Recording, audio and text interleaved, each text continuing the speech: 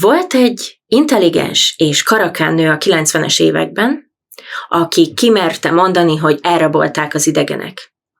Nem csak őt, hanem a férjét, a fiát és más családtagjait is. Ő volt dr. Karla Turner, a humántudományok professzora. Komoly energiákat fektetett abba, hogy más megtapasztalók élményeit összegyűjtse, és azokat tudományos igénnyel elemezze. Rendszer szinten vizsgálta az UFO jelenség sötét oldalát.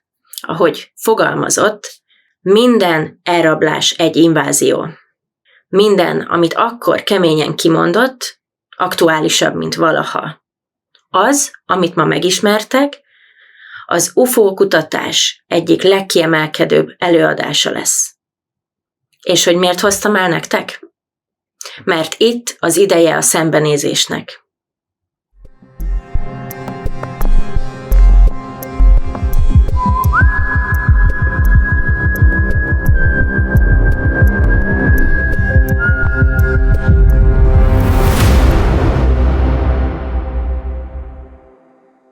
Sziasztok! A nevem Sós Dóra, ez itt a non-humán valóság, rövidebb nevén Nova, ahol tényfeltárást végzek a non-humán létformák földi jelenlétére vonatkozóan.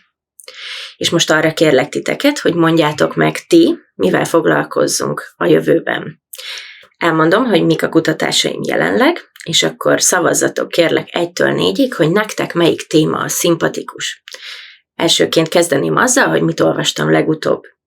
Dr. Michael Newton, hipnoterapeuta, aki több évtizeden keresztül fogadott embereket, és miközben gyógyította őket, regressziós hipnózist alkalmazva, egy mély transzba helyezve őket, visszavitte őket az előző életeikbe, és módja volt bejárni egymástól függetlenül ezekkel az alanyokkal, hogy mi is a lélek útja, mi történik a halál pillanatában, hova kerül utána a lélek, mit csinál a túloldalon, mi is az a túlvilág, hogy működik, és utána, hogy lesz a leszületés, és miként folytatódik ez az egész ciklus.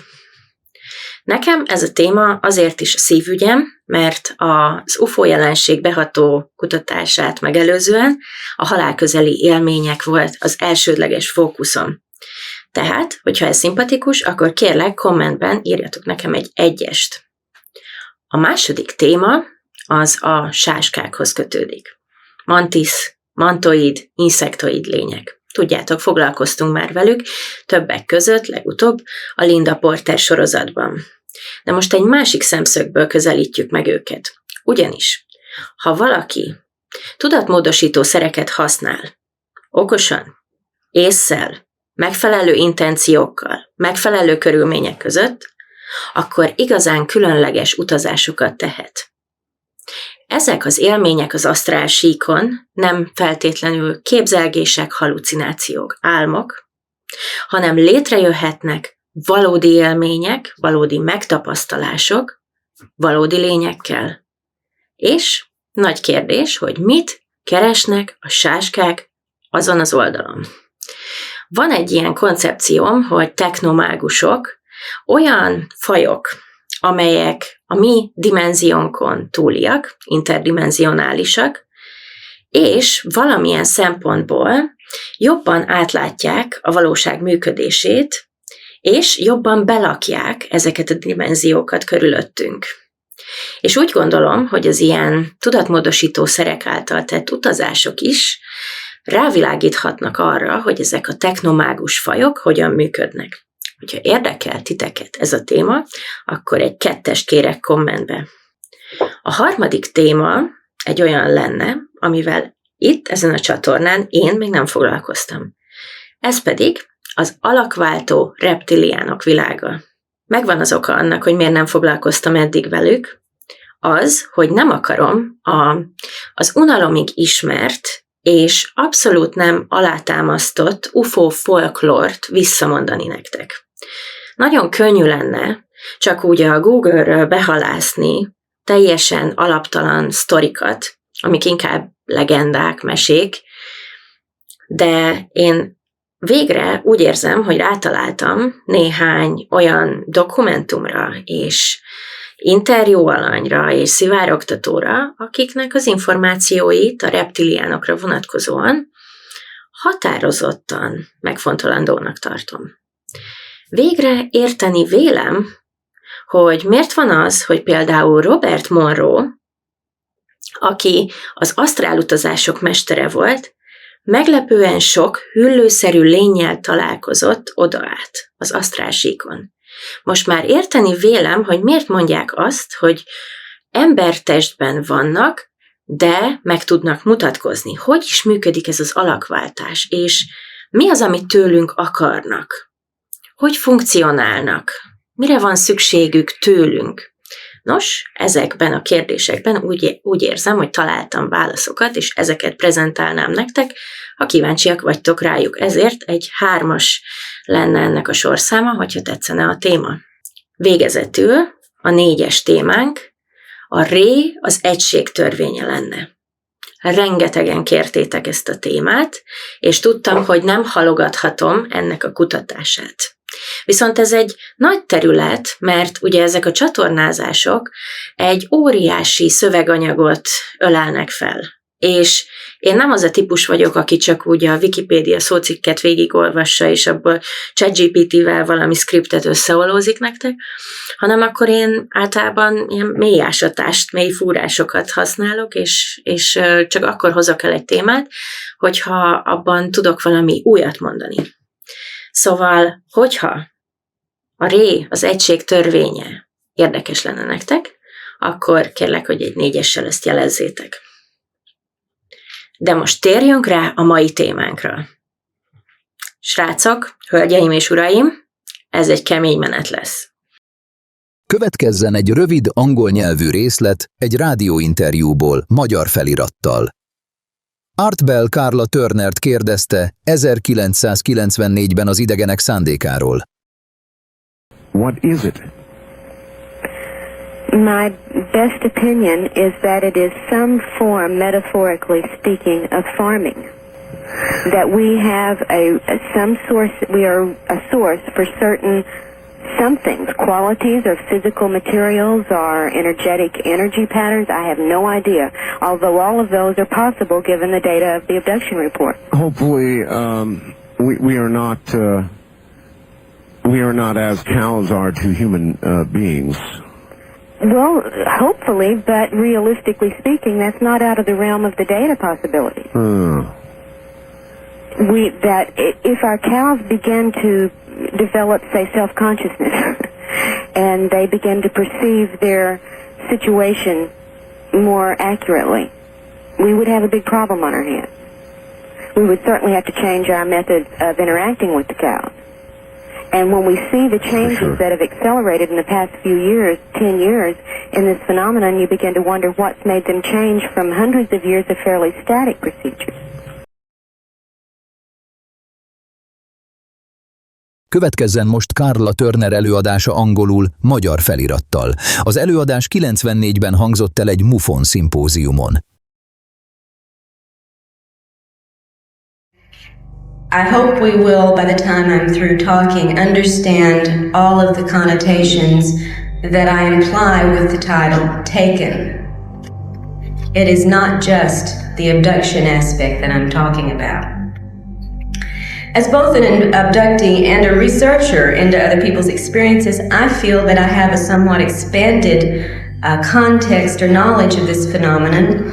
My own experiences have taught me many things about the nature of alien activity, but that insight has been greatly expanded by the context of so many other reports I've been able to study, and it has helped me to see well beyond the limits of the individual experience. If we judge the entire phenomenon only by our personal experiences, we're going to get a very distorted view. The context, the patterns, the unique elements as well as the similar elements are all very important for us to have a chance of a glimmer of understanding what may be behind this phenomenon. Yet even having been through these things, lived with people who've been through these things, and studied literally hundreds of personal and first-hand reports about these activities, I know very little about the alien agenda behind this activity. Stanton mentioned the need to hold ourselves to facts in this field, and I think that is extremely important. We should repeat that 10 times a day as we go through the work in this area. The problem, of course, with the abduction phenomena, as with a lot of ufology, is that the nature of the alien activity is designed deliberately to keep us from having much in the way of concrete evidence. Designed that way. It is not an accident.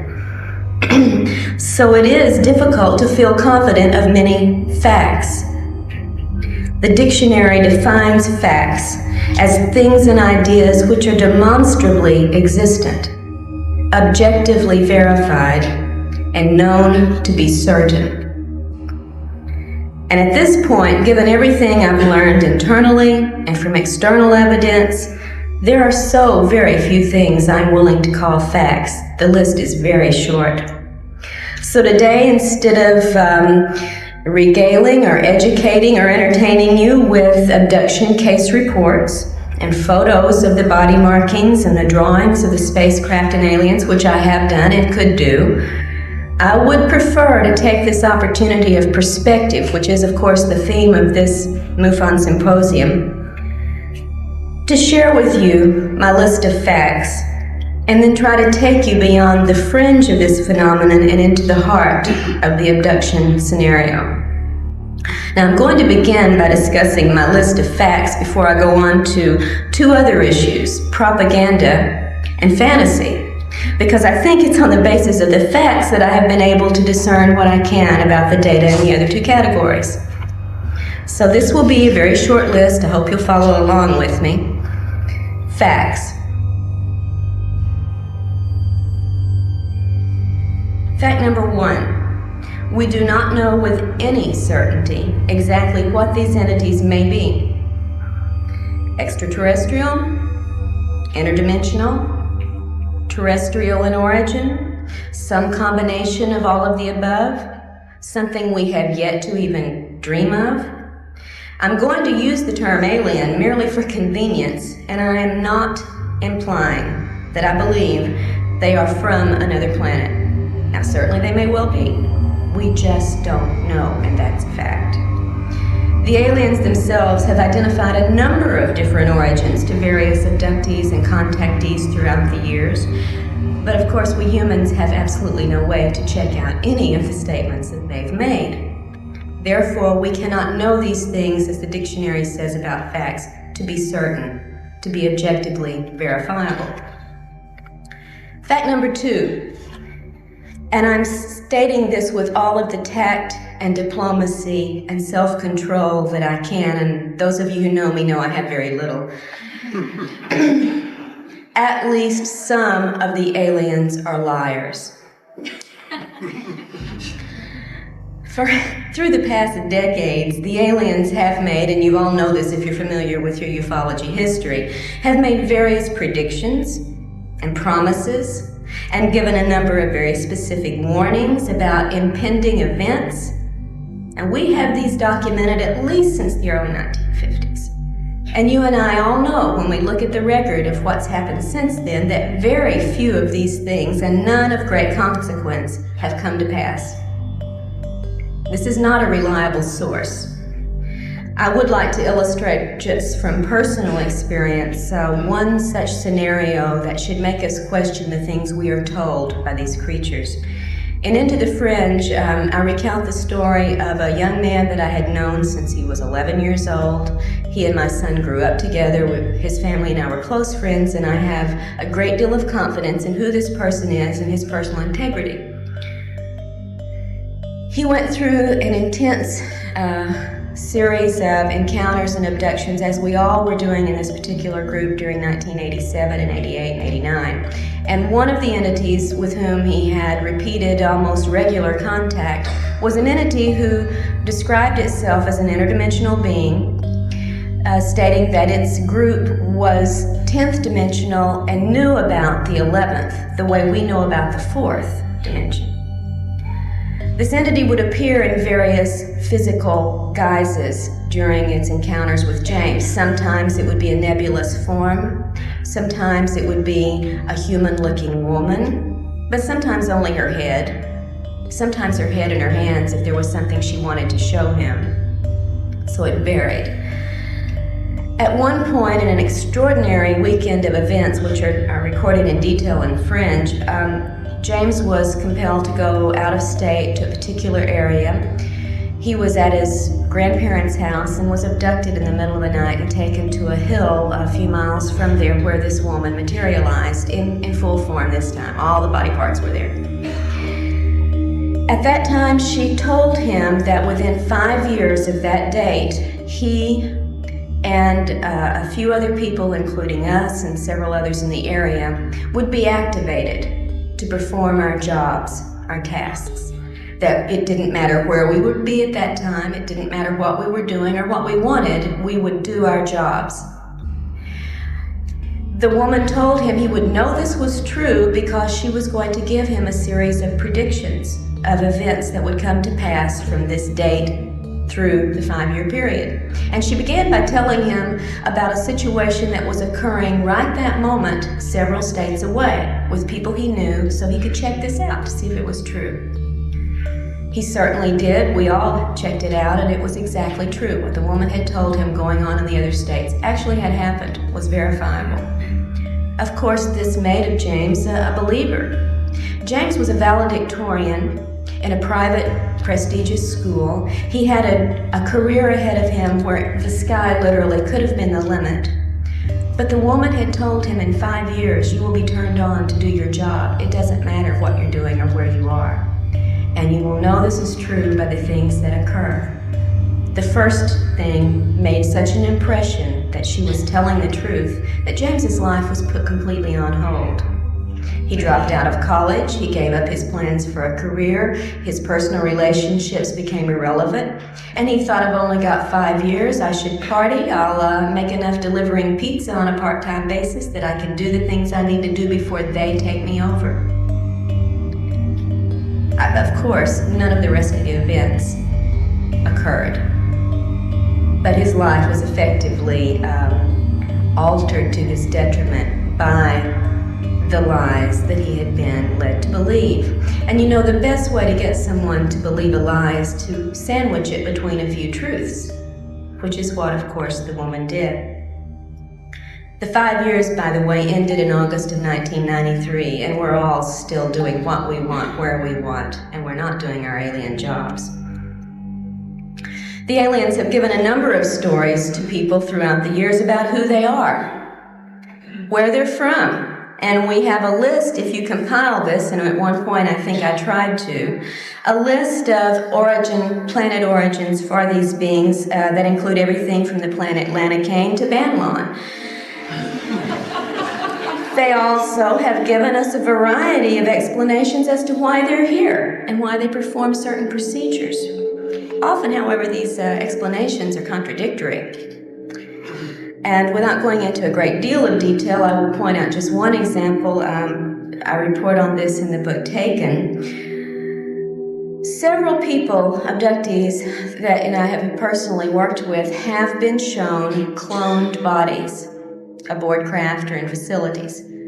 And we'll talk a little bit more about the details of these in a moment. Just for purposes of the deception and the lying capability, I will use this little story. Pat, who's one of the cases in my book, was shown a copy of her body that was in storage with a number of other human bodies. She was told it was for the resurrection. And if you know your Bibles, you know when the resurrection comes, we will all get new bodies. Pat was raised in a very simple Christian fundamentalist background. The aliens, throughout their encounters with Pat and her family, had used the religious symbolism to bond with the family and to instill confidence in them. They'd even had Jesus beam into the room at one point when the Greys were abducting the grandmother and say, "It's okay, they're with me." Pat was told that this body, this cloned copy, would be her new body for the resurrection, and this was extremely moving and religious for this woman. However, another woman, also reported on in the book, was shown a copy of her new body in an entirely different scenario, of course, and was told, in fact, if she didn't cooperate with the agenda the aliens had picked out for her, she could be replaced with that body and nobody'd ever notice the difference. And in a third case, we actually had that occur on a temporary basis. A woman was abducted on her way to work and shown on a viewing screen her clone going to work in her place, and nobody knew the difference. So, are these bodies for the resurrection, blessed by God Himself, or are they threatened potential replacements? Aliens didn't get their stories quite straight in those cases. Fact number 3. In encounters, the human's perceptions are controlled, as are the human's conscious memories. Now, you already are very familiar, probably from the work of Hopkins and Jacobs and others, with the concept of screen memories, especially at the onset or at the conclusion of an abduction event, right? Someone may see a strange owl instead of the ET, or a little gray rabbit by the side of the car instead of an ET, or a beautiful deer, whatever. We're familiar with these screen events. What we may not be familiar with is the fact that the screen techniques go well beyond such temporary uses in the phenomena. And we'll talk about that a little more later also. We're talking about control in fact number 3. It's also a fact that the perception of pain can be controlled and is controlled during these encounters with the particular abductees, as are feelings of physical pleasure, often sexual pleasure. And, of course, the human's emotions are also controlled during these encounters. The fact is, you are in control of these creatures during every encounter, to some degree, more or less, normally more.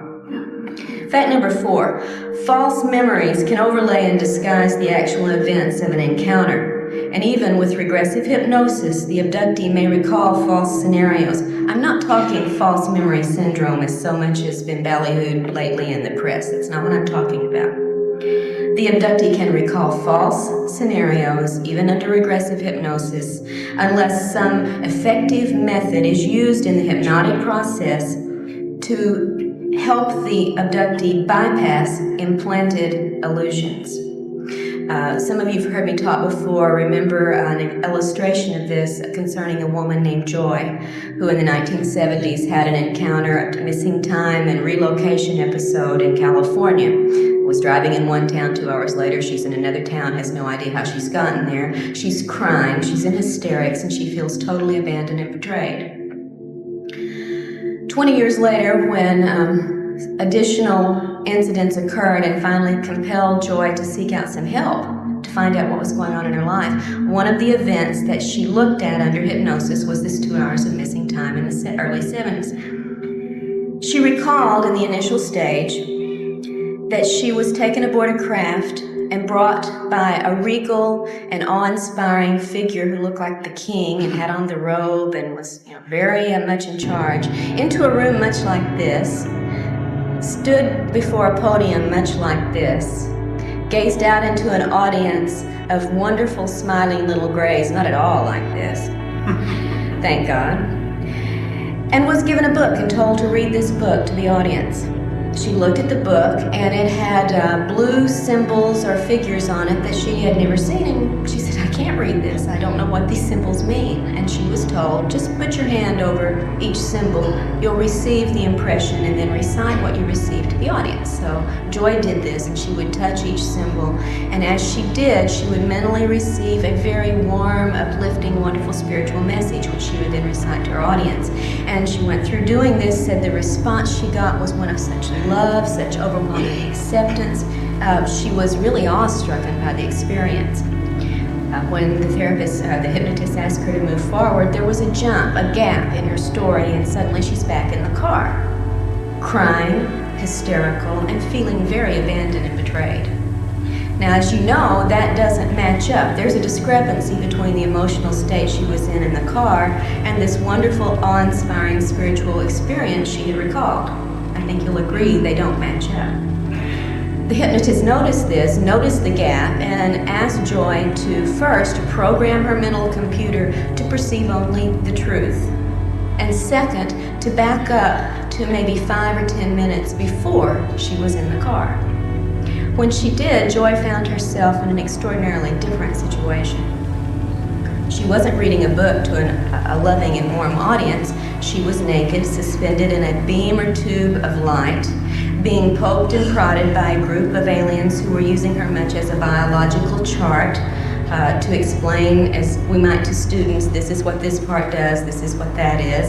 And then she was put on a table, tilted at an angle, and was forced to endure some sexual intrusions. At this point, Joy, who could not move or talk, was mentally screaming to God and to Jesus, with whom she had very great faith, to help her, to save her, to make this stop.